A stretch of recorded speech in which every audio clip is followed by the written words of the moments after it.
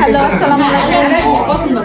আজকের রেসিপি আমাদের খুদের ভাত, এখানে ভর্তা, ভর্তা ব্লাডার, সবকিছু বাসায় তৈরি।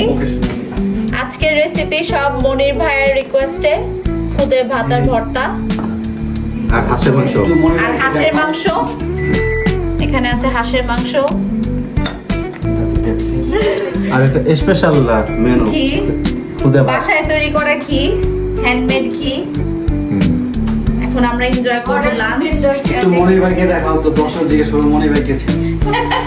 আমাদের আমাদের বিখ্যাত মনির ভাই। হুমায়ুন আহমেদের ফ্রেন্ড। সবে একটা হাত তালি মনির ভাইয়ের জন্য।